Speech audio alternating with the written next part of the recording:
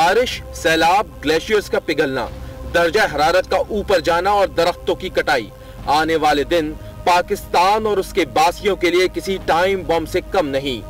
जैसे जैसे वक्त का पहिया घूम रहा है, मौसमियाती तगय्युर मुल्क में बसने वालों को खतरे के मजीद करीब ले जा रहा है। 2010 में आने वाले तबाहकुन सैलाब ने बस्तियों की बस्तियां उजाड़ डाली।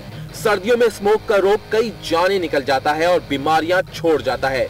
मुल्क में पानी खत्म हो रहा है तो दर्जा हरारत ऊपर जा रहा है और इस सब की वजह मौसमियाती तगय्युर है।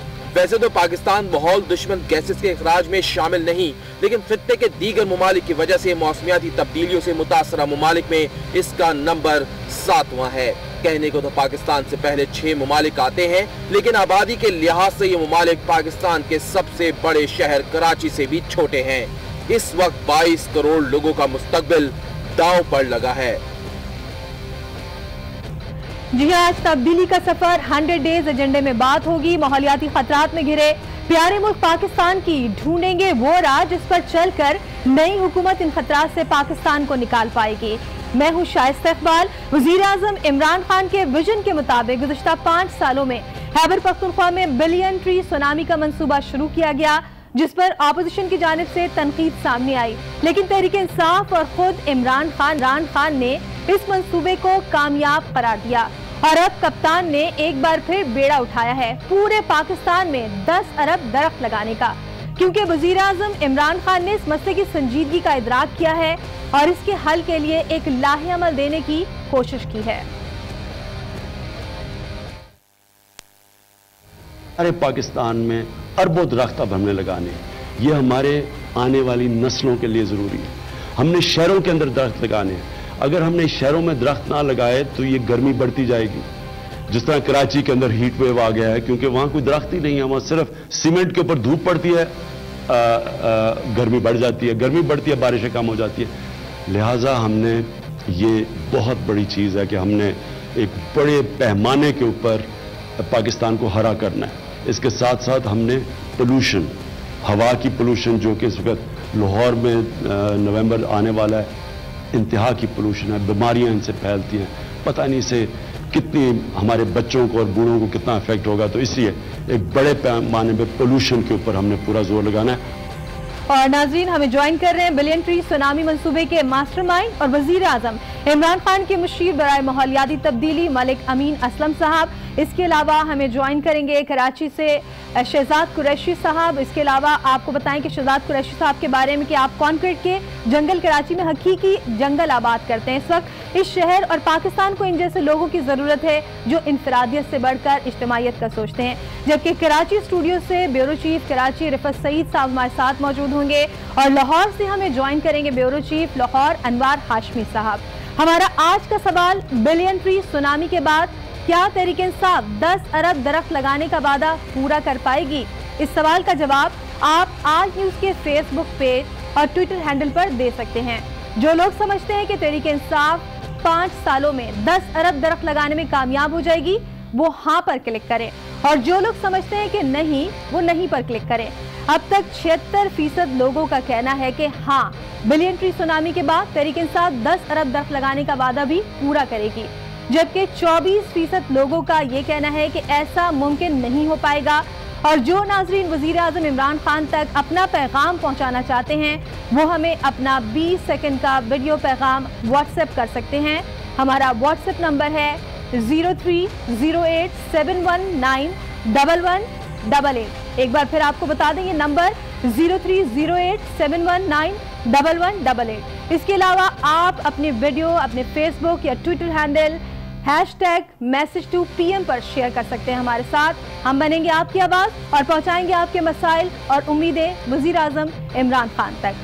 तब्दीली के इस सफर में आप भी शामिल हो सकते हैं। फोन उठाएं और हमें कॉल मिलाएं। हमारा नंबर है 0213270186 और 0213227054।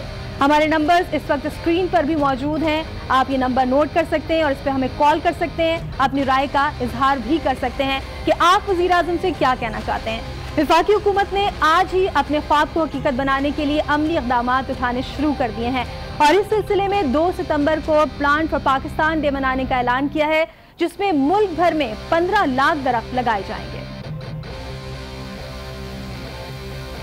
पीटीआई की हुकूमत ने कमिटमेंट की थी पाकिस्तान की आवाम के साथ कि इंशाल्लाह हम 10 अरब दरख्त लगाएंगे और उसकी तरफ हम पहला कदम इंशाल्लाह 2 सितंबर को उठा रहे हैं और यहाँ पर हमने एक प्लांट फॉर पाकिस्तान डे मनाने का हमने फैसला किया है और उस सिलसिले में तमाम जो प्रोविंसेस हैं उनको बुलाया गया था और उन सब से उनके अपने टारगेट्स लिए गए हैं और इंशाल्लाह हमने ये फैसला उस पर किया है कि 15 लाख इंशाल्लाह पौधे हम ऑल ओवर पाकिस्तान लगाए जाएंगे।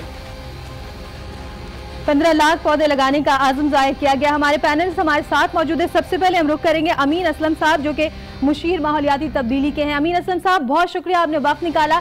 ये फरमाइएगा कि आप पहले भी वजीर माहौलियात रह चुके हैं, लेकिन वो तो पुराना पाकिस्तान था और अब नए पाकिस्तान की हम बात करें तो नए पाकिस्तान में एक भारी जिम्मेदारी आपको सौंपी गई है। इस वक्त आपकी नज़र में पाकिस्तान को किन माहौलियाती खतरात का सामना है और इनमें सबसे बड़ा खतरा है क्या? जी बिस्मिल्लाहिर्रहमानिर्रहीम। पाकिस्तान को इस वक्त 2 बड़े अहम जो माहौलियाती मसाइल हैं उनका सामना है। इनमें से एक है क्लाइमेट चेंज या फिर जो जिसको आप मौसम की तब्दीली कह सकते हैं और दूसरा इशू है आलूदगी का। ये दोनों बहुत बड़े मसले हैं और ख़ुसूसन जो क्लाइमेट चेंज का मसला है जिसकी वजह से मौसम तब्दील हो रहे हैं और हमारे पानी में कमी आ रही है, वो उसमें पाकिस्तान दुनिया के उन पहले 10 ममालिक में शामिल रहा है पिछले 20 साल से जो कि इससे मुतासिर हैं और 7वें नंबर पर इसकी रैंकिंग आई है पिछले 2-3 साल में। तो ये बहुत एक अहम मसला है जिसको पैदा तो हमने नहीं किया, लेकिन हम इससे चूँकि मुतासर हो रहे हैं इसलिए हमें इसका तदारक करने की बड़ी ज़रूरत है। इसी तरह जो आलूदगी का मसला है वो तमाम दुनिया में है और पाकिस्तान में भी बहुत ज़्यादा मसला है। इसमें पानी की आलूदगी है, पानी पाकिस्तान में ज़ेर ज़मीन जो है वो भी ख़राब हुआ हुआ है, पीने का पानी भी ख़राब है, हमारे जो दरिया हैं उनका पानी भी आलूदा हो चुका है। इसके साथ यहाँ पर हवा की आलूदगी का मसला है। जैसे आपने देखा जो बड़े शहर हैं जहाँ पे अर्बन डेवलपमेंट हो रही है जिसमें आपकी लाहौर है, कराची है, पिंडी, पेशावर, ये तमाम कोयटा, ये तमाम जो बड़े शहर हैं जहाँ पर हवा की आलूदगी का मसला है और लाहौर में खुसूसन स्मॉग का मसला है। इसी के साथ साथ जहाँ पर प्लास्टिक पोल्यूशन है जिसको प्लास्टिक की आलूदगी कहते हैं, हर जगह पर ये प्लास्टिक बैग जो है इन्होंने एक तबाही फेरी हुई है पूरे पाकिस्तान में। तो ये बड़े बड़े चैलेंजेस हैं पाकिस्तान के और इनसे निपटना हमारे लिए ज़रूरी है क्योंकि अगर हमने ऐसी तरक्की करनी है जो कि पायदार हो और आने वाली नस्ल हमारे मुल्क के जो कीमती वसाइल उनको बचा सके तो हमें इस माहौल की अमीन साहब, बड़े बड़े चैलेंजेस है। ये फरमाएगा कि जिन खतरात की निशानदेही आपने की है इनसे निपटने के लिए क्या पॉलिसी अपनाई जाएगी? देखिए, इसके मुतालिक पीटीआई ने बड़ी एक मजबूत पॉलिसी बनाई है। इसमें हमने थिंकिंग की है।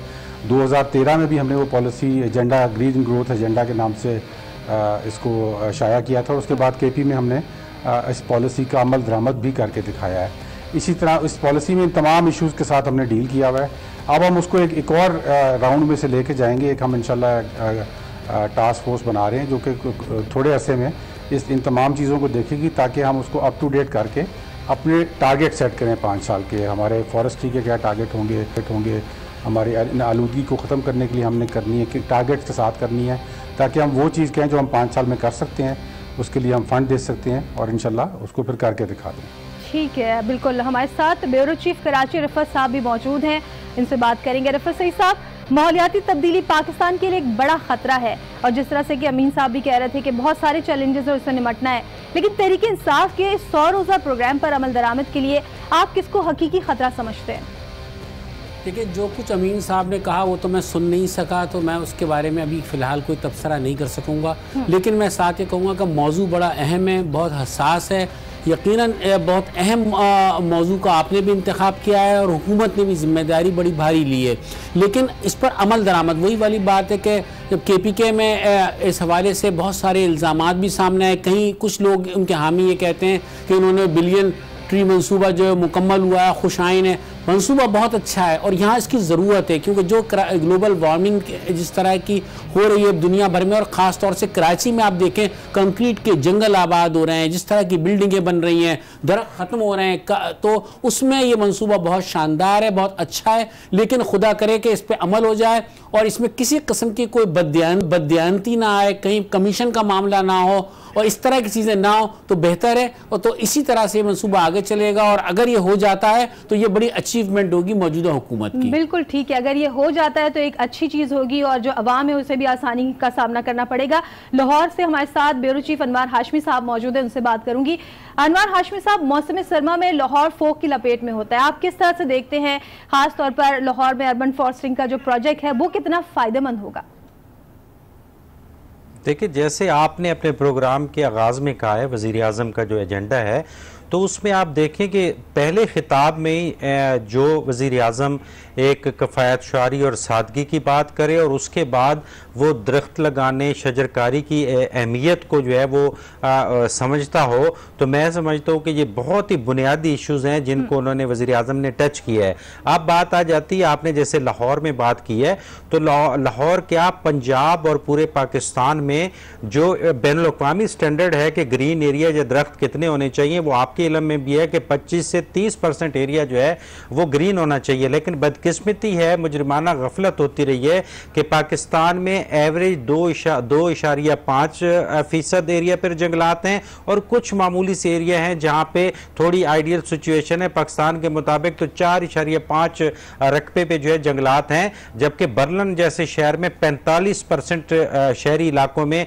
जो है वो जंगलात हैं। तो इसको बहुत अहमियत दी गई है दूसरी दुनिया में, इसलिए इमरान खान ने वज़ीर आज़म ने इसको बहुत टच किया। अब मैं बात करूं आपसे कि 1960 की दहाई में ये इतनी पुरानी बात है कि ख्याल रखा जाता था कि दरख्तों का साइज मकानों के साइज से ज्यादा रखा जाता था। अब जो प्लाजे और बिल्डिंग्स तामीर हुई हैं, ना सिर्फ वो तामीर हुई हैं बल्कि वो जिस जगह तामीर हुई हैं उसके मुतबादिल उतने दरख्त नहीं लगाए गए, अंडरपासेस बनाए गए, ब्रिज बनाए गए, सड़कें वसी की गई, बिल्कुल होनी चाहिए, उसके मुतबादिल दरख्त नहीं लगाए गए। पहले ही एवरेज इतनी कम थी। ये सारे वजूहात बनी है जो आपने बात की है कि स्मोक जो है वो लाहौर और चंद दीगर शहरों में आ गया और इतनी वो खतरनाक चीज है कि इस वक्त तकरीबन कोई 1077 माइक्रोग्राम पर क्यूबिक मीटर स्मोक है, जो बैनुल-अक़वामी तौर पर जो खतरनाक हद है उससे 30 गुना ज्यादा है, जो लाहौर में पिछले चंद साल से आप देखते हैं कि नवंबर और दिसंबर में आती है, जिससे कितने इंसान बीमार हो रहे हैं, फेफड़े की बीमारियां हो रही है, सांस की बीमारियां हो रही हैं, इवन के दिल की बीमारियां हो रही हैं। तो जब सांस बहाल नहीं होगा, जब चरिंद परिंद जो है वो चहचहाएंगे नहीं, जब वाइल्ड लाइफ जिंदा नहीं रहेगी। पहले जो घर बनते थे, घरों के अतराफ में दरख्त लगाए जाते थे और खास तौर पर जो कलर किया जाता था, जो घरों पे कलर किया जाता था, उसका खास ख्याल रखा जाता था कि ऐसे कलर्स किए जाए जो कि जस्ट कर सके उस हीट वेव को, उस रोशनी को, कि उससे ठंडक महसूस हो। लेकिन अब इन चीजों का ख्याल नहीं रखा जाता है।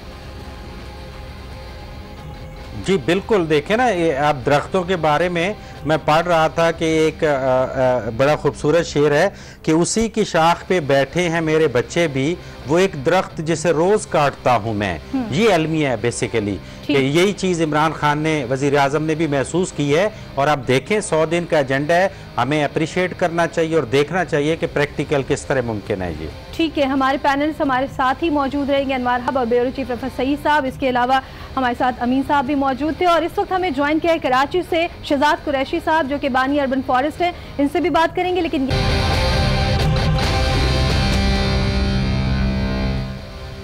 वेलकम बैक, प्रोग्राम में आपको एक बार फिर खुशामदीद कहेंगे। हमारे पैनलिस्ट हमारे साथ मौजूद है। अमीन साहब से सबसे पहले बात करूंगी। अमीन साहब, खैबर पख्तूनख्वा में तो टिम्बर माफिया से आपने मुकाबला किया, यकीनन आपको मालूम हो गया होगा कि माफिया से लड़ना कितना मुश्किल काम होता है। अब अगर आप मुल्क भर में शजरकारी करने जाएंगे तो कब्जा माफिया, टिम्बर माफिया, भत्ता माफिया, ना जाने कितने माफिया हैं जो इस मुल्क को खा रहे हैं। इनसे कैसे निपटेंगे, क्योंकि इनका साथ हुकूमतों और ब्यूरोक्रेसी में मौजूद काली भेड़ें देती हैं। ये बिल्कुल दुरुस्त आपने कहा कि ये कोई आसान काम नहीं है, लेकिन इसका मैं सिर्फ आपको एक लफ्ज़ में जवाब दूंगा कि इसको निपटने का एक ही तरीका है, वो है ज़ीरो टॉलरेंस। कि आप बिल्कुल इस किस्म की कोई चीज़ बर्दाश्त ना करें, चाहे वो आपके अंदर बैठी हुई काली भेड़ियाँ हों, चाहे वो बाहर काली भेड़ियाँ, और उसमें एक बिल्कुल एक यूनिफॉर्मली उनके साथ डील किया जाए। यही चीज़ केपी में की गई थी। जब टिम्बर माफिया से डील किया गया तो उसकी बिल्कुल ज़ीरो टॉलरेंस दिखाई गई और उसकी वजह से वो पुश बैक हुई वहाँ पर। इसी तरह पंजाब में खुसूसन और सिंध में, मतलब इन जगहों पर जब आप जंगलात की बात करते हैं तो आपको कब्जा माफिया के साथ डील करना पड़ता है। तो इंशाल्लाह हमारी ज़ीरो टॉलरेंस होगी। हम कोशिश करेंगे कि जो ऐसी ज़मीनें हैं उनको खाली कराया जाए और जो दरख्तों के लिए ज़मीनें मुख्तस की गई हैं उनके ऊपर दरख्त लगाए जाएँ। और इंशाल्लाह इसके ऊपर आप बहुत जल्द देखेंगे अमली इक़दाम भी होंगे। ठीक है, आप हमारे साथ ही मौजूद रहेगा। शहजाद साहब, आपसे पूछना चाहूँगी, पहले तो आप सबसे पहले ये बताएं कि लोग कराची में बिल्डिंग्स बना रहे हैं, प्लाजे खड़े कर रहे हैं, और आप हैं कि जंगल उगा रहे हैं, ऐसी क्या सूझी आपको?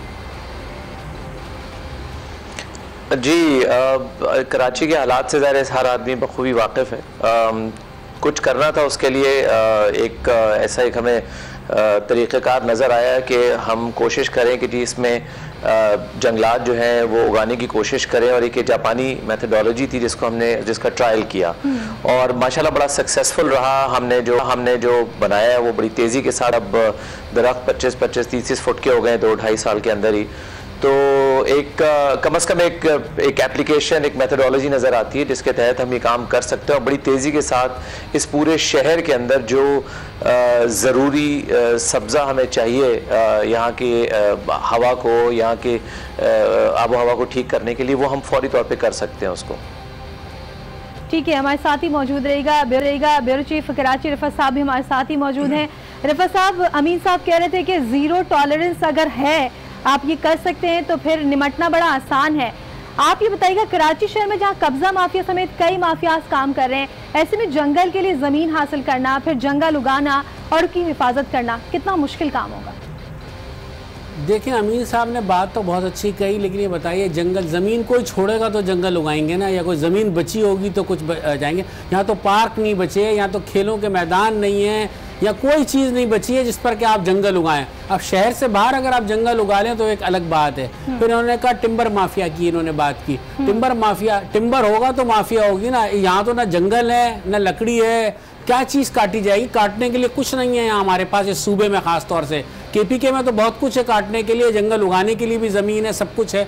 यहाँ जो आबाद हो रहे हैं वो बिल्डिंगें आबाद हो रही हैं, यहाँ कंक्रीट के जंगल बन रहे हैं और कोई पूछने वाला नहीं है, क्योंकि सियासी असर नफूज हैं। सारी बिल्डर माफिया के पीछे जो है सियासी शख्सियात होती हैं, ज़मीनें इसी बुनियाद पर अलॉट होती हैं। हर बड़े बिल्डर के साथ जो है साझेदार जो है वो यहाँ सियासतदान होते हैं, अरकान असम्बली होते हैं। किस तरह आप वो करेंगे? फिर मैं ये कहूँगा एक बात कि तहरीक इंसाफ में भी बहुत सारे लोग, बहुत अच्छा एजेंडा है, बहुत अच्छा उनका वो लेकर अपना वो चले हैं, मंशूर लेकर चले हैं, लेकिन ये इस जैसे जो लोग शामिल, अचानक जो बरसाती लोग शामिल होते हैं, ये ख़राब करते हैं सियासी जमातों के जो मंशूर होते हैं। और इस बात का अंदेशा मौजूद है क्योंकि जो दाएं बाएं इमरान साहब के जो यहाँ हमारे सूबे सिंध में लोग मौजूद हैं, वो सब तामीरात के बिजनेस से वाबस्ता लोग हैं। जो है वो बहुत बड़ी रुकावट है, बिल्कुल बहुत बड़ी रुकावट है। आप बताइए कि यहाँ आमिल कॉलोनी करीब है, जहाँ पर 10 लोग एक बंगले के अंदर रहते थे, अब वहाँ तकरीबन 200 लोग आबाद हो रहे हैं। वहाँ तोड़ के जो है पोर्शन बनाए जा रहे हैं। इसके अलावा जो मकान जहाँ पर 100 लोगों के रहने की गुंजाइश थी, वहाँ 300-400 लोग आबाद हो चुके हैं। पानी की लाइनें वही हैं, गटर लाइनें वही हैं। बिल्डर अपने ताकत के बलबूते पर उन्हीं में सेवरेज भी शामिल कर देता है, जमीन के नीचे जाकर वो पीने के पानी में शामिल हो जाती हैं। कौन पूछने वाला है? कोई रोकने टोकने वाला नहीं है। अब भी इस शहर के अंदर तामीरात मशरूम ग्रोथ हो रही है। आप गुलिस्तान जौहर देख लें, आप गुलशन इकबाल देख लें, ये मैं वो सेटल इलाके बता रहा हूँ। लेकिन कराची शहर को कोई पूछने वाला नहीं है। और इतने दिन गुजर चुके हैं, अब तक जो इमरान खान साहब ने बातें की थी, किसी एक चीज की झलक तो नजर आए। फिर मामला ये आ जाएगा सिंध में, क्योंकि पीपल्स पार्टी की हुकूमत है, हम कहां से करें?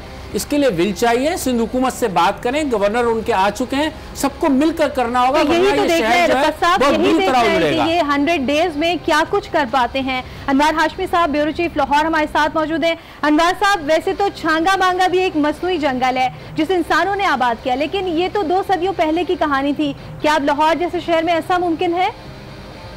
देखिए, पूरे पंजाब में जो कई साल पहले टोटल 2 मसनूई जंगल हैं।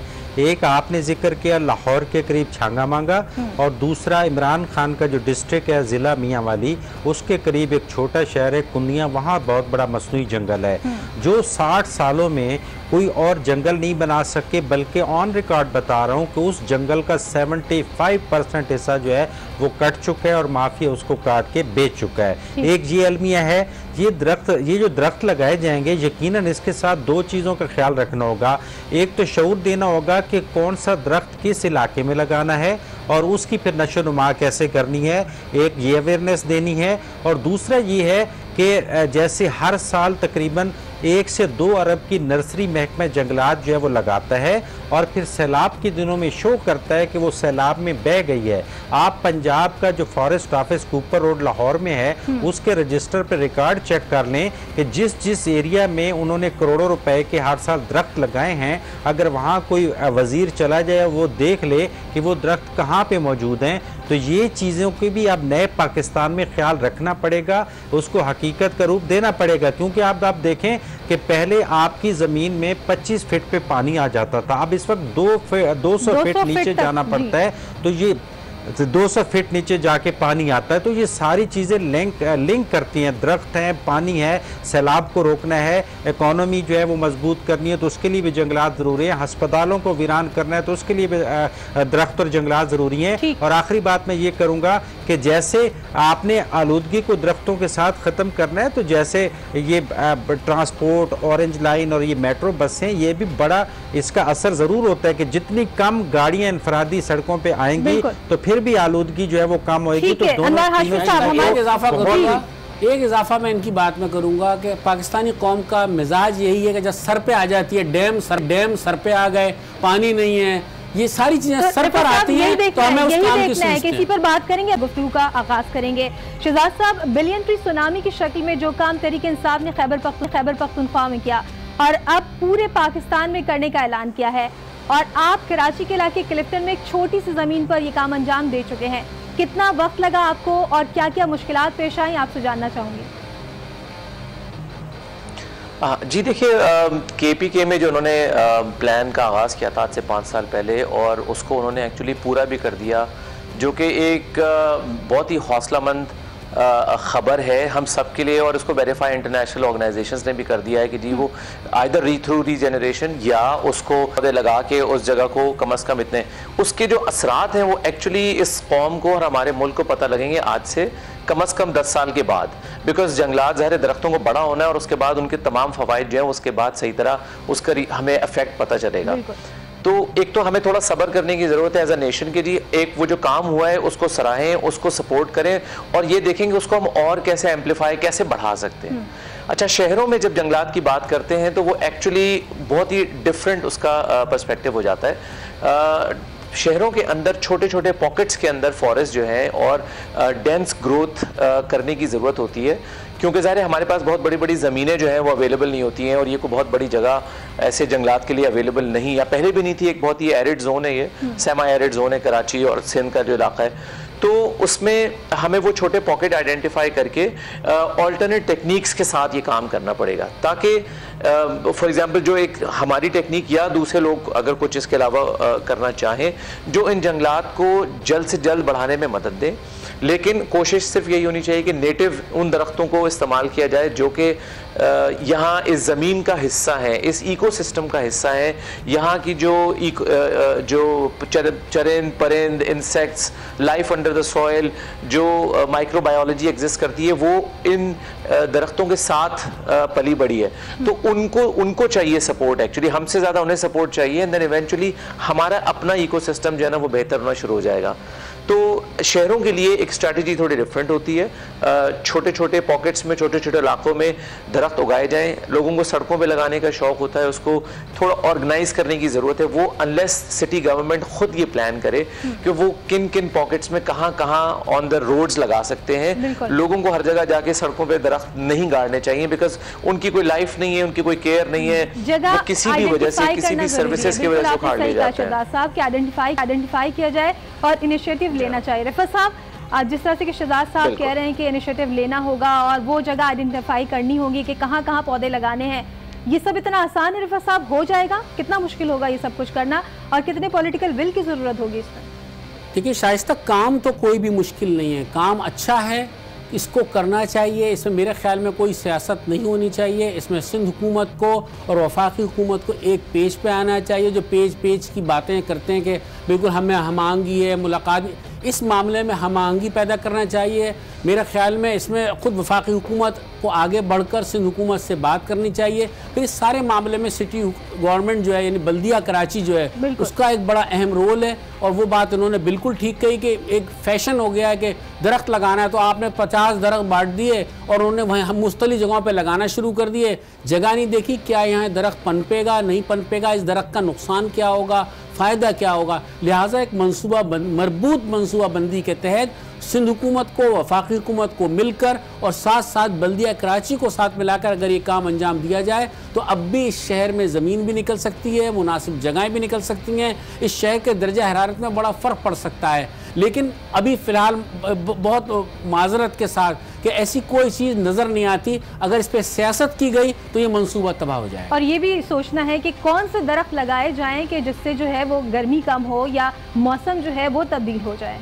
देखिए माजी में जो मुस्तफ़ा कमाल साहब ने दरख्त लगाए उसके बारे में कहा गया कि वो यहाँ के लिए मुनासिब नहीं है। तो लिहाजा तमाम चीज़ें देखकर तो माहिरीन से मशवरा करके अगर ये काम किया जाए। फिर अंदरूनी सिंध से नारियल के दरख्त लाके बड़ी वाफर मिकदार में लगा दिए गए, वो इबरत का अंजाम बने हुए। आप यूनिवर्सिटी रोड पर देख लें, आपके सामने मिसाल है। रिफत साहब लाहौर का रुख करेंगे। अनवार साहब आप बताइए, पंजाब में कहीं सियासत की नज़र तो नहीं हो जाएगा ये सब कुछ? देखिए हमें पहली तो बात है कि अच्छी उम्मीद रखनी चाहिए। अगर पाकिस्तान तहरीक इंसाफ की हुकूमत इसको बहुत अहमियत दे रही है, सिर्फ अगर वो उसको प्रॉपर मीडिया के ज़रिए पब्लिक को शऊर दे तो लोगों को बहुत शौक़ है, स्कूलों के बच्चों को भी शौक़ है तामुन करने का। मैं समझता हूँ कि अगर मुगलिया दौर के जो बादशाह थे उनकी अगर आप लाहौर में कम अज़ कम हिस्टोरिक बिल्डिंग देखें तो हर बिल्डिंग के साथ उन्होंने बाग रखा था जिसमें दरख्त होते थे, चाहे वो शालामार बाग था, हजूरी बाग था, कामरान की बारादरी थी, तो वो बाकायदा प्लानिंग के तहत जो है ना उन्होंने रखा था, सब्जा या ग्रीनरी की एक एवरेज रखी थी। तो आपके साथ एक्सपर्ट बैठे हुए यकीनन वो बता सकते हैं। लेकिन हमारे यहाँ उलट हुआ है कि मसलन अगर लाहौर पे आपने जेल रोड बनाया है 15 किलोमीटर, तो 15 किलोमीटर के दोनों अतराफ में दरख्त तो कट गए और आज तक एक दरख्त भी नहीं लगा। इसको मशरूत कर दिया जाए। जरी ज़मीनें जिनके पास बहुत ज़्यादा हैं उसकी परसेंटेज एकड़ की रख दी जाए कि उस पर इतने एकड़ पे दरख्त होने चाहिए। तो ये आपके पास एक्सपर्ट बैठे हैं, तो मैं तो एक अच्छी उम्मीद रखता हूँ कि ये एक ऐसी चीज़ है जिसमें हर बच्चा हर बूढ़ा जो है वो खुशी से दिलचस्पी ले सकता है। सिर्फ प्लानिंग उनसे जवाब ले लेते हैं। शहजाद साहब, शहर के दरमियान जहां ना बारिश हो रही है और हर गुजरते साल के दर्जे हरारत ऊपर ही बढ़ता जा रहा है, वहां आपने भी जंगल उगाया है और शहरी अपनी मदद आपके तहत भी पौधे लगा रहे हैं, लेकिन कैसे उनको मालूम होगा, जिस तरह से कि अनवार साहब कह रहे हैं कि उन्हें शऊर, उन्हें आगाही दी जाए और उनकी हिफाजत कैसे करनी है, देखभाल कैसे करना है, कितना मुश्किल है ये?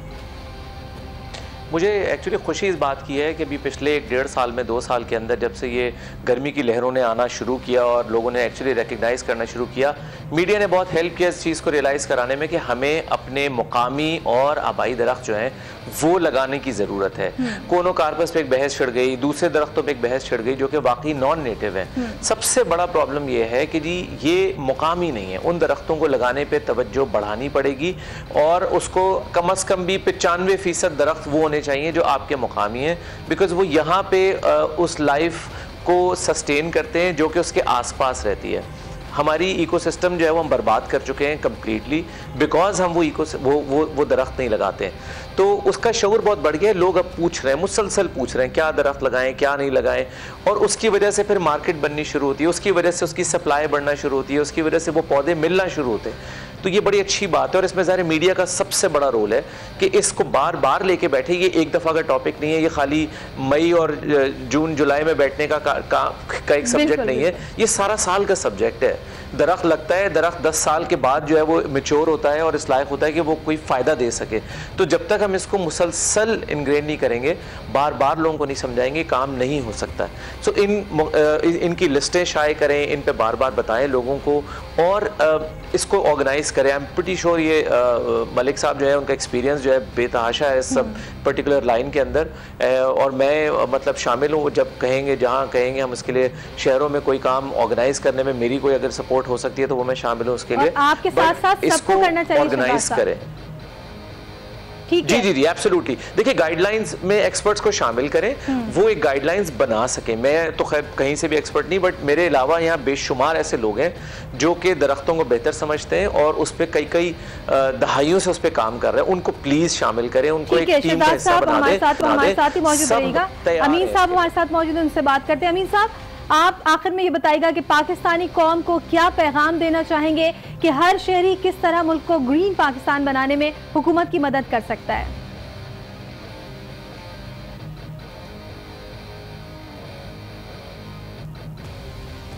जी, मेरा बिल्कुल हर पाकिस्तानी को ये पैगाम है कि आप अपने जो बिहेवियर है उसको आप तब्दील करें। ये हम ग्रीन पाकिस्तान बनाने के लिए हम सबको सबसे पहले अपने आप को, अपनी सोच को तब्दील करना है और माइंडसेट को तब्दील करना है कि हम कोशिश करें कि दरख्तों को हम लगाएं, दरख्तों को काटें नहीं। हम कोशिश करें कि हम पानी को ज़ाया ना करें। हम कोशिश करें कि हम हर जगह पर गंदगी ना फैलाएं। मतलब अगर आपने कोई जूस का डब्बा पकड़ लिया तो ये ना करें कि शीशा खोलें और उसको बाहर सड़क पे फेंक दें, क्योंकि ये पाकिस्तान हमारा ही मुल्क है।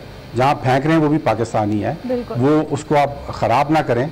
और अपना हिस्से का जब हर पाकिस्तान का फ़र्द इंशाल्लाह कोशिश करेगा तो यहाँ पर आबादी इतनी है कि इंशाल्लाह जब ये लोगों के माइंडसेट चेंज हो गए तो बिल्कुल आपने सही कहा अमीन साहब, बिहेवियर को तब्दील करना है, सोच को तब्दील करना है। यहाँ हमारा पाकिस्तान है। हमारे पैनल जो हमारे साथ मौजूद थे, ब्यूरो चीफ लाहौर अनवार हाशमी साहब, जबकि कराची के ब्यूरो चीफ रिफत सईद साहब हमारे साथ मौजूद थे, मुशीर माहौलियाती तब्दीली अमीन असलम साहब और शहजाद कुरैशी बानी अर्बन फॉरेस्ट। आप सबका बहुत बहुत शुक्रिया। तब्दीली के सफर में आज के लिए इतना ही, हमें इजाजत दीजिए। और आखिर में अवाम का पैगाम वजीर आजम इमरान खान के नाम। आप भी अपना पैगाम हमें भेज सकते हैं हमारे व्हाट्सएप नंबर पर या सोशल मीडिया पर अपलोड करें #मैसेज टू PM के साथ। देखते रहिए आज न्यूज़, शाइस्ता इकबाल और हमारी टीम को इजाजत दीजिए।